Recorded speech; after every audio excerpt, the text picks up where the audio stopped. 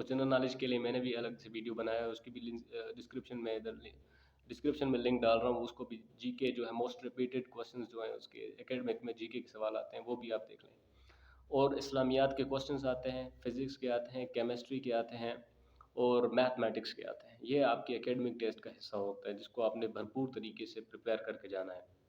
ٹھیک ہے، تو یہاں تک یہ مراحل ہوتا ہے، مطلب یہ آپ نے تینوں سیکشنز پاس کرنے ہوتے ہیں اور آپ کو پاس ٹائم بہت ہی لمیٹڈ ہوتا ہے.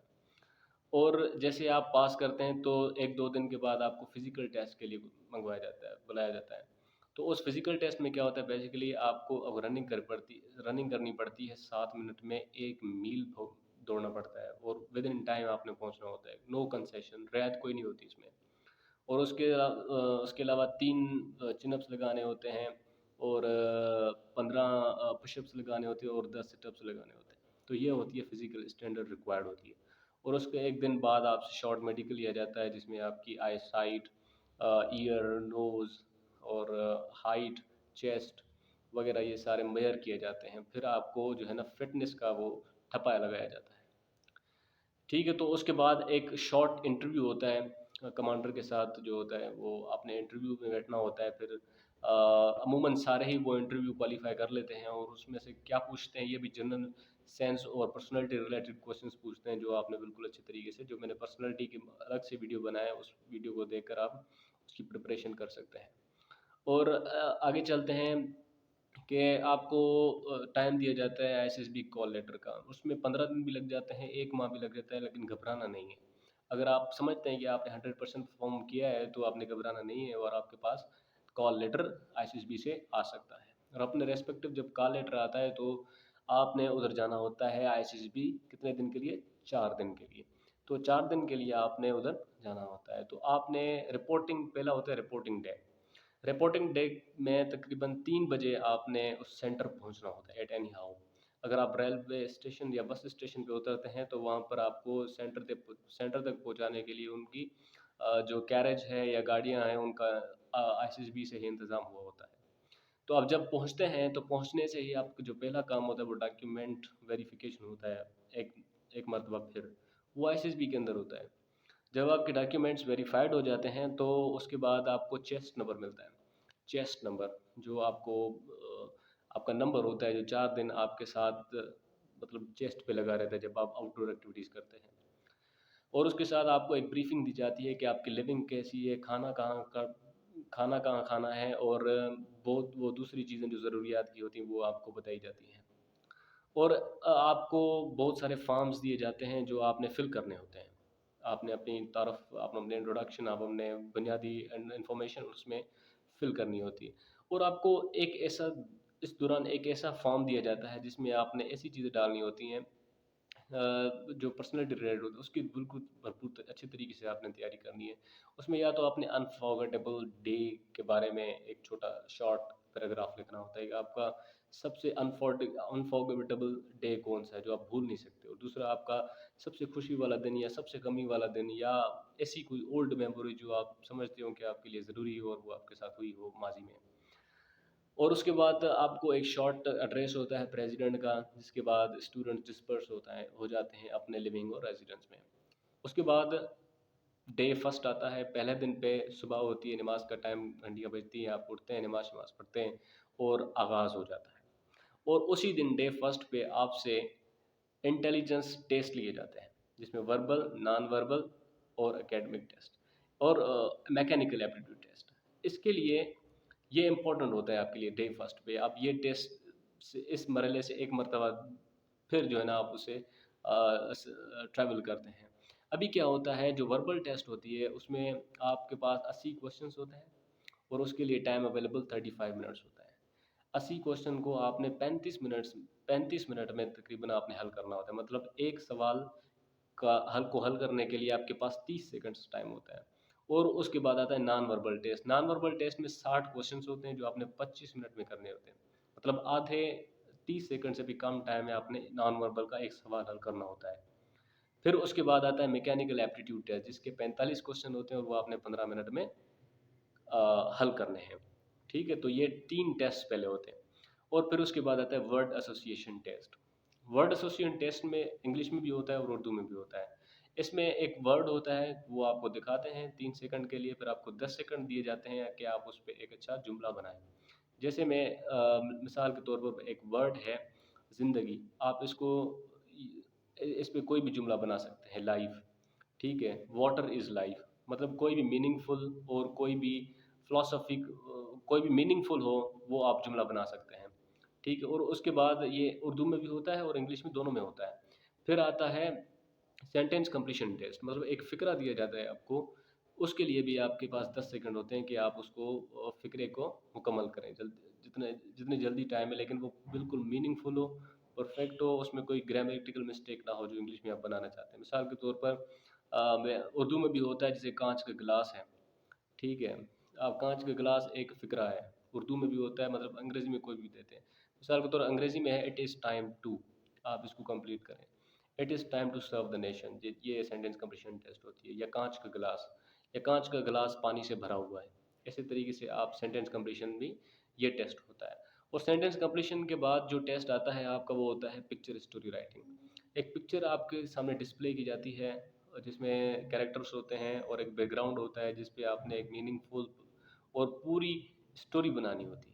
اور اس پکچر اسٹوری رائٹنگ پہ بھی میرا ایک الگ سے لیکچر بنا ہوا ہے، جس کی میں نے ڈسکرپشن میں لنک دی ہوئی ہے، وہ بھی آپ دیکھ سکتے ہیں کہ ریپیٹڈ جو پکچرس ہیں وہ کون سی ہیں اور کس طریقے سے ان پہ ہم نے پکچرس بنانی ہوتی ہیں. ٹھیک ہے، اور اس کے بعد آتا ہے بھائی پکچر اسٹوری کمپلیشن ٹیسٹ. مطلب یہ ابھی پکچر اسٹوری سے ڈفرینٹ ہوتی ہے. اس میں اسٹوری کمپلیشن میں یہ ہوتا ہے کہ بھائی مطلب ایک جملہ دیا جاتا ہے تو آپ نے اس پہ اسٹوری بنانی ہوتی ہے. مثال کے طور پر a man was praying in the mosque, he heard a blast like sound and he came out. Now آپ نے ادھر سے اسٹوری مطلب اسٹارٹ کرنی ہے اور اپنی طرف سے کوئی اسٹوری کریٹ کرنی ہے. یہ یاد رکھنا ہے کہ جس کے بارے میں لکھ رہے ہیں، جو آپ کی اسٹوری کے اندر کریکٹر ہے، وہ اور کوئی نہیں ہے اور آپ ہیں اس کے اندر. تو آپ کو بڑا ہی مائنڈ فل رہنا پڑے گا. ٹھیک ہے، مثال کے طور پر ایک بندہ نماز پڑھ رہا ہے اور باہر ایک بلاسٹ کا آواز سنتا ہے، تو باہر آ کر وہ کیا کرتا ہے اور آپ نے وہ اپنی اسٹوری اس کے اوپر بنانی ہوتی ہے. اس طریقے سے وہ کوشچن ٹیسٹ ہوتی ہے. اس کے بعد آتا ہے سیلف ماڈل ٹیسٹ، جس کے لیے 10 منٹ کا ٹائم اویلیبل ہوتا ہے. سیلف ماڈل ٹیسٹ میں کیا ہوتا ہے کہ آپ سے اپنی 5 کوالٹیز اور 5 ڈسکوالٹیز پوچھی جاتی ہیں، جو کہ آپ نے اچھے طریقے سے اور لاجیکلی وہ پریپیئر کرنی ہے کہ آپ کی کیا کوالٹیز اور ڈسکوالٹیز کیا ہے. ابھی ادھر یہ ڈے فرسٹ کمپلیٹ ہوتا ہے تو ڈے سیکنڈ اسٹارٹ ہوتا ہے. تو صبح صبح وہ ہوتے ہیں جو جی ٹی او ٹاسک ہوتے ہیں. ٹھیک ہے، تو جی ٹی او ٹاسک کیا کرتا ہے، وہ کینڈیڈیٹس کو گروپس میں ڈیوائڈ کرتا ہے. تقریباً جو گروپ ڈسکشن پہلے ہوتا ہے گروپ ڈسکشن، جس میں 6 سے لے کر 10 بندے ہوتے ہیں اور 8 سے 10 منٹ ہوتے ہیں کہ اس کو ایک ٹاپک دیا جاتا ہے، جیسے ڈس آرمامنٹ ٹاپک ہے. ٹھیک ہے، دی ایڈوانٹیجز آف ڈیم ہے، کوئی ٹاپک دیا جاتا ہے اور وہ ان کو ڈسکس کرتے ہیں. اور دوسرا ہوتا ہے گروپ پلاننگ. گروپ پلاننگ میں کیا ہوتا ہے کہ اس میں بھی 6 سے جو ہے تقریباً اتنے ہی 6 سے 8 بندے ہوتے ہیں اور ان کے سامنے ایک ٹیبل پڑی ہوتی ہے جہاں پر پہاڑ لگے ہوتے ہیں، سمندر، دریا، ندیاں، سب کچھ لگا ہوتا ہے اور ان کے پاس سارے ریسورسز ہوتے ہیں، مین ہوتے ہیں، چیزیں ہوتی ہیں اور وہاں پر وہ پلاننگ کرنی ہے کہ موومنٹ ایک جگہ سے دوسری جگہ موومنٹ کیسے کرنی ہوتی ہے. تو اسے گروپ پلاننگ ٹیسٹ کیا جاتا ہے. تو دوسرا ہوتا ہے پروگریسو گروپ ٹاسک. اس میں سے 6 سے 8 بندے ہوتے ہیں، 40 منٹ کا ٹائم ہوتا ہے. اس پروگریسو گروپ ٹیسٹ میں 40 منٹ کا ٹائم ہوتا ہے. مطلب آپ کے پاس بہت ساری چیزیں ہوتی ہیں اور موومنٹ کرنی ہے ایک جگہ سے دوسری جگہ. اس کے بعد آتا ہے ادھر یہ ٹاسک کرتے کرتے دن تقریباً ختم ہو جاتا ہے. پھر جو باقی ٹاسک ہوتے ہیں وہ تیسرے دن میں ہوتے ہیں. ٹھیک ہے، جو ڈے 3 ہوتا ہے تو سب سے پہلے جو ریمیننگ مطلب گروپ ٹاسک ہوتے ہیں وہ اسٹارٹ ہوتے ہیں. اس میں ہوتا ہے انڈیویجول آبسٹیکلس ہوتے ہیں. مطلب ٹوٹل انڈیویجول جو آبسٹیکلس کینڈیڈیٹ کو کرنے ہوتے ہیں وہ ٹوٹل 9 ہوتے ہیں اور وہ 9 آبسٹیکلس آپ نے تقریباً 2 منٹ میں کرنے ہوتے ہیں. اس کے بعد آتا ہے مطلب آپ انڈیویجول ٹاسک میں جیسے منکی کرال ہے، جمپنگ ہے، روپ کلائمبنگ ہے، اس طریقے سے یہ آپ نے انڈیویجول آبسٹیکلس کو آپ نے عبور کرنا ہے. اور اس کے بعد کمانڈ ٹاسک آتا ہے. مطلب ایک الگ الگ کینڈیڈیٹ کو الگ الگ سے کمانڈر بنایا جاتا ہے، لیڈر بنایا جاتا ہے. وہ اپنے بندے کو لیڈ کرتا ہے کہ کون سی چیز کہاں پر لے کر جانی ہے اور کس وقت کیا کرنا ہے.